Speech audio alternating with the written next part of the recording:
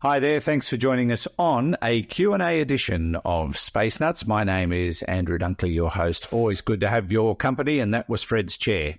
Coming up in this episode, you're not supposed to be on yet. Do it, yeah. Coming up in this episode, what if the expansion of the universe slowed down? Somebody wants to know. We've also got a triple-header question from Chris about 3 sun systems, merging black holes and attraction. And we'll be answering a question about whether or not we've collected matter from the coronal mass ejection, not a coronal mass ejection, because they happen a lot.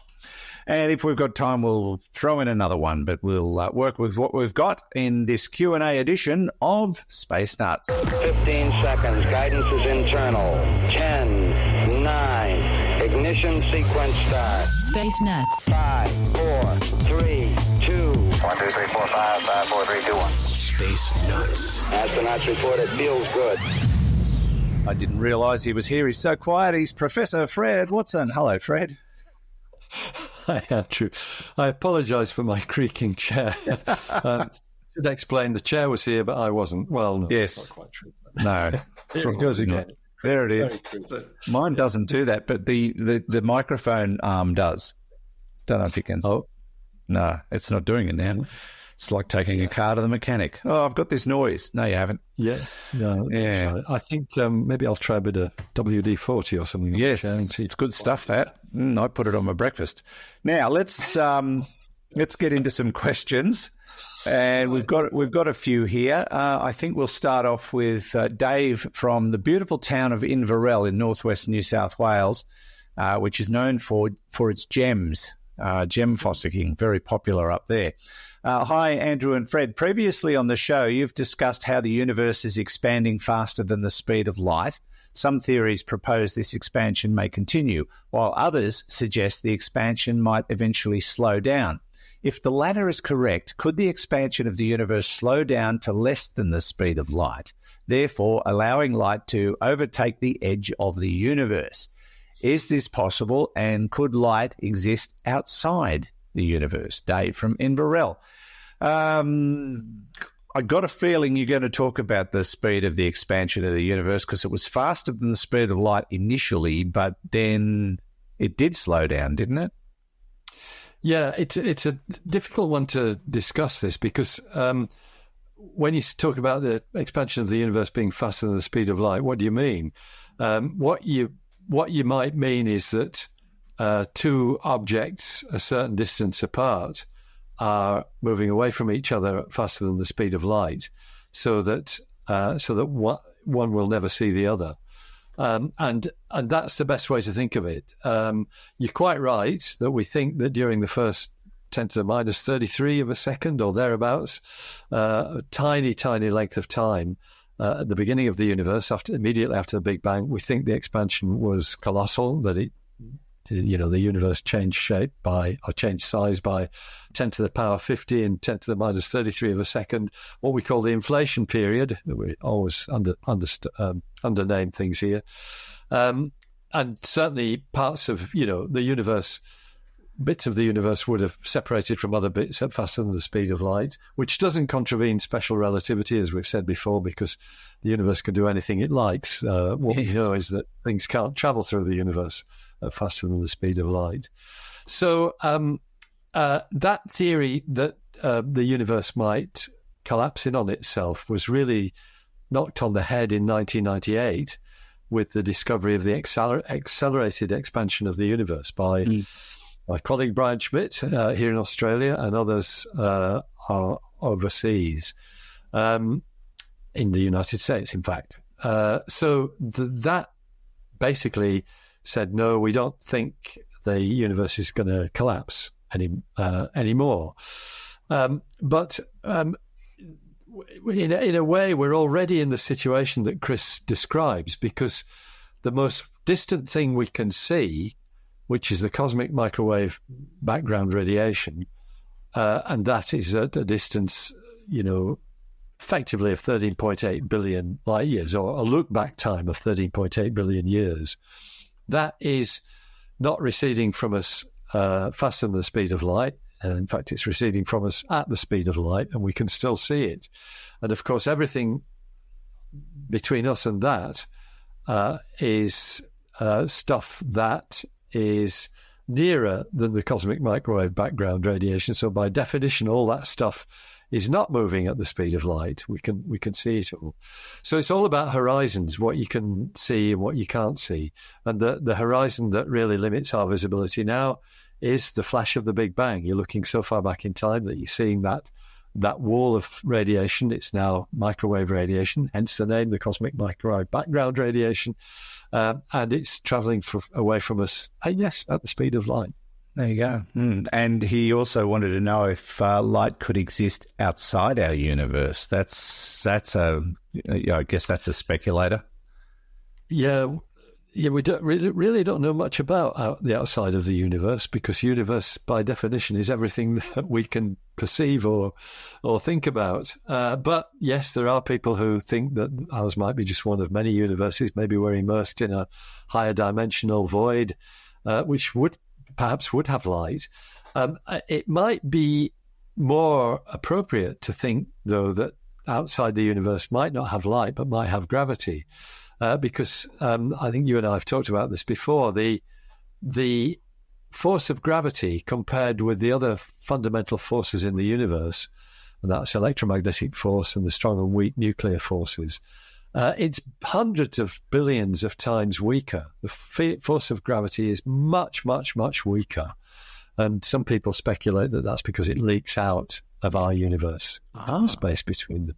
Right. Gosh, wouldn't you love to figure out what's out there? Go out there and it would answer so many questions, I think. But all we can do is speculate and wonder, and we can't even see past certain parts of the universe. So, nope, no, we've got no idea really. Yeah, it could be just some kind of void, or it could be a used car sales lot for all we know. Yes, is it called the void in Doctor Who? I can't remember. Oh, it might be. Yeah, maybe that's what snapped into my brain. Yeah, scientists call it the bulk, actually. Right. The cosmology physics name is the bulk. The bulk. But it's the void for Doctor Who. Doctor Who. Yes, indeed.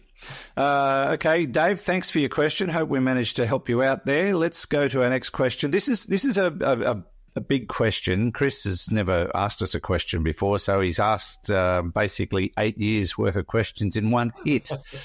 Take it away, Chris. Hey, Andrew. Hey, Professor Watson. My name is Christopher Ballou. I'm coming to you from Fayetteville, North Carolina, United States of America. Love you guys' podcast. I work as an infectious disease technologist, so I'm not allowed to touch my phone. So what I do is I listen to your podcast for 8 hours a day.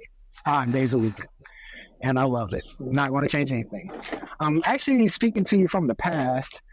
I'm on episode 237, and I held off on asking questions this entire time because, as you all say, it could be a question that was already answered. But I just decided, to heck with that. I'm going to just ask a question.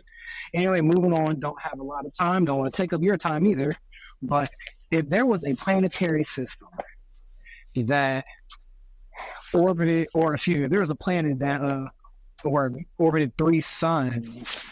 How some systems have binary systems. Is it possible to have three suns? And if that was the case, is it possible for those suns to go into syzygy and cause something like the gravity from all 3 of those suns added up would lift them off the planet? I actually saw that in this show called 3 Body Problem. If you haven't seen it, it's on Netflix. It's a great show. You will love it. Also, this is all based on my very small understanding of you guys' favorite subject, black holes. But black holes are a singularity, infinitely small point in space. And black holes can merge.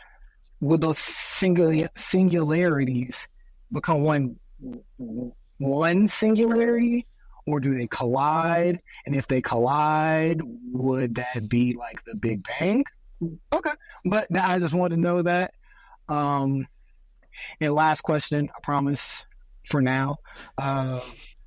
If everything has an attraction, all planets have an attraction, would everything in space be attracted towards, if nothing else in space had that attraction besides Earth, would all the planets and everything out there just come towards Earth, almost like a homing beacon, and crash into it?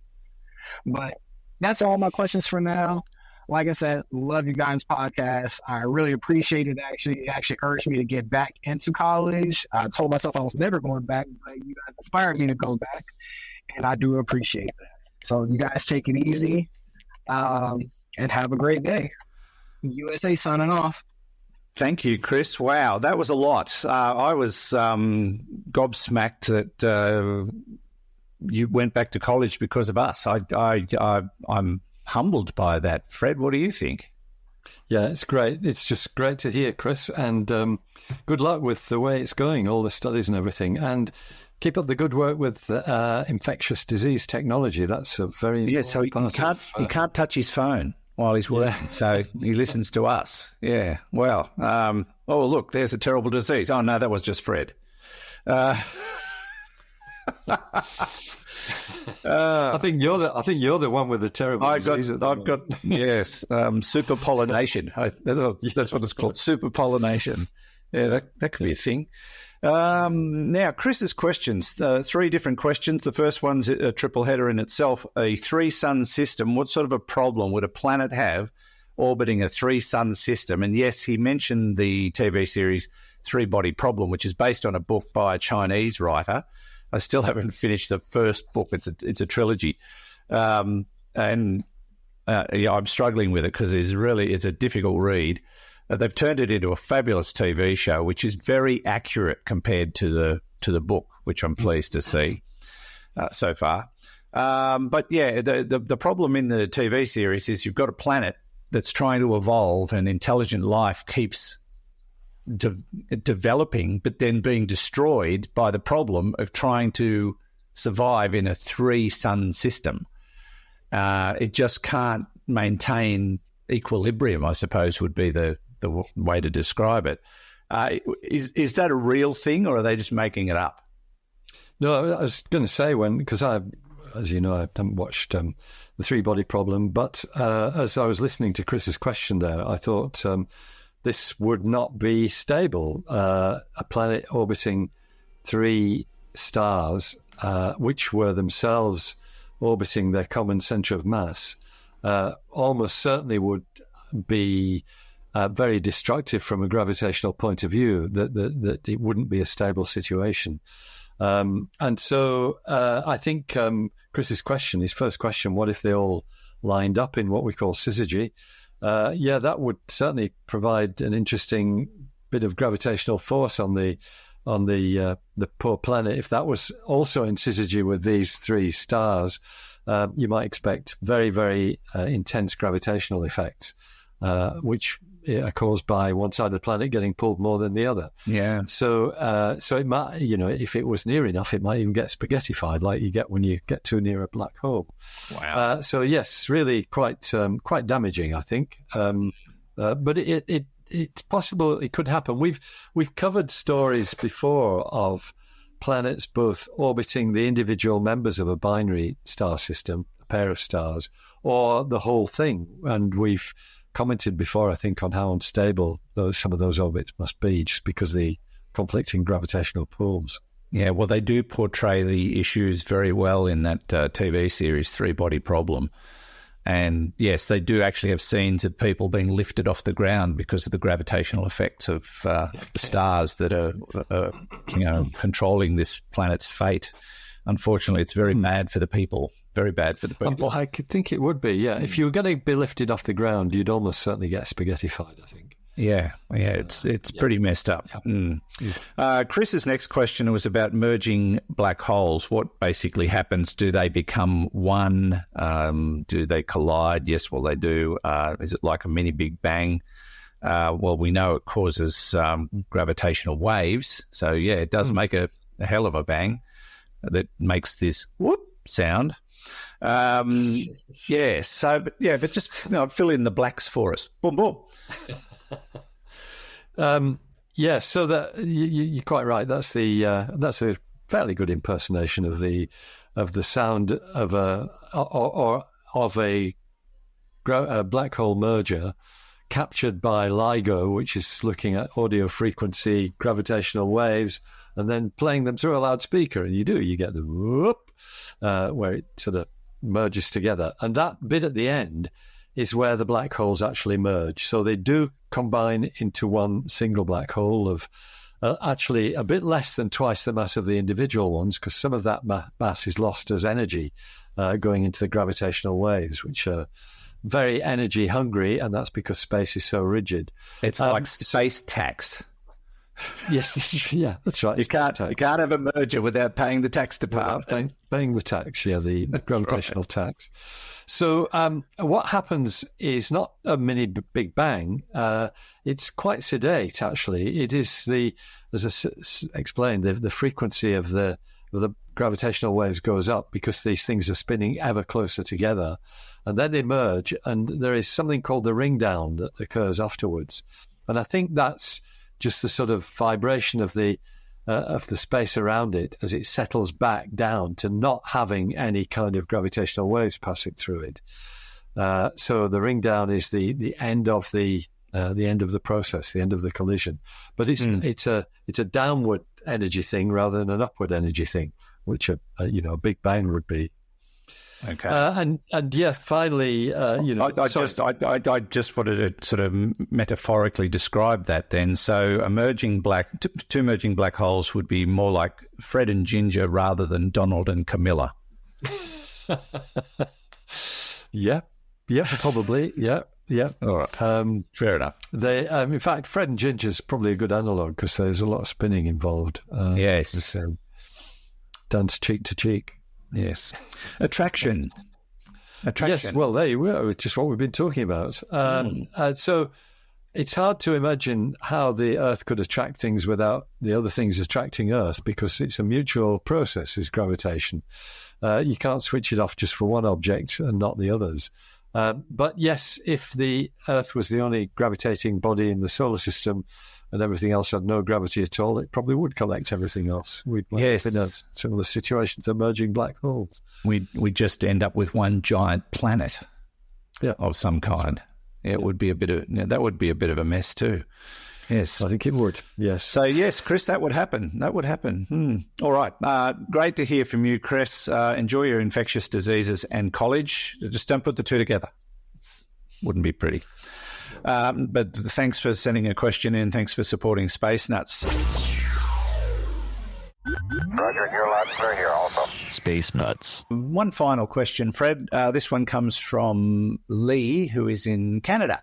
Hello, Space Nutters. I'm curious if we have ever been able to collect CME samples from the sun. That is, can a coronal mass ejection have enough velocity to escape the sun's orbit?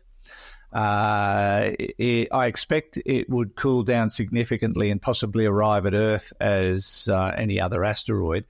Have we ever collected this, and what can we learn? Thanks, and keep up the good work, Lee from Canada. Okay. Look, these things hit us all the time, don't they, Fred? Oh, yeah, they do. Not so much direct hit type of stuff, but the after effects with the solar winds and things like that. Yeah, and it is so coronal mass ejection is exactly what it sounds like. It's gas being expelled. It's actually a plasma coming off the sun. Plasma is an electrified gas. Comes off the sun at high velocity, 1 million kilometers an hour or thereabouts. Probably actually quite a lot faster than that when I think about it. It takes a few days to reach the Earth, and when it does, we're showered with these subatomic particles. So in that sense, the Earth has collected CMEs. They don't solidify in any way. They are still subatomic particles that remain in that state, electrified and travelling at high velocity. And it's when they interact with the upper atmosphere of the Earth that we see the aurorae, the northern and southern lights, as these highly energetic particles, sort of energize the atoms of the Earth, so that when they when they become de-energized, they actually radiate light, and we see the northern lights. So the northern lights, I guess, are the best thing we've got for collecting CMEs. It also interferes with the electronics of satellites and things of that sort. Sure does. But once again, it's on a subatomic level rather than solid lumps of stuff. So in terms of collecting them physically, not on because they are subatomic particles. Yeah, so. that's right. They just go through whatever it was you tried to You'd need a really good net to be able to without catch any of that. Yeah. Well, the net's our magnetic field, I suppose. Yes, but that's right. The net is what diverts them around the poles of the Earth, which is why we see the aurorae so strongly there. Yeah, indeed. All right. Thank you, Lee. Hope that helped you with your question. If you've got a question for us, go to our website.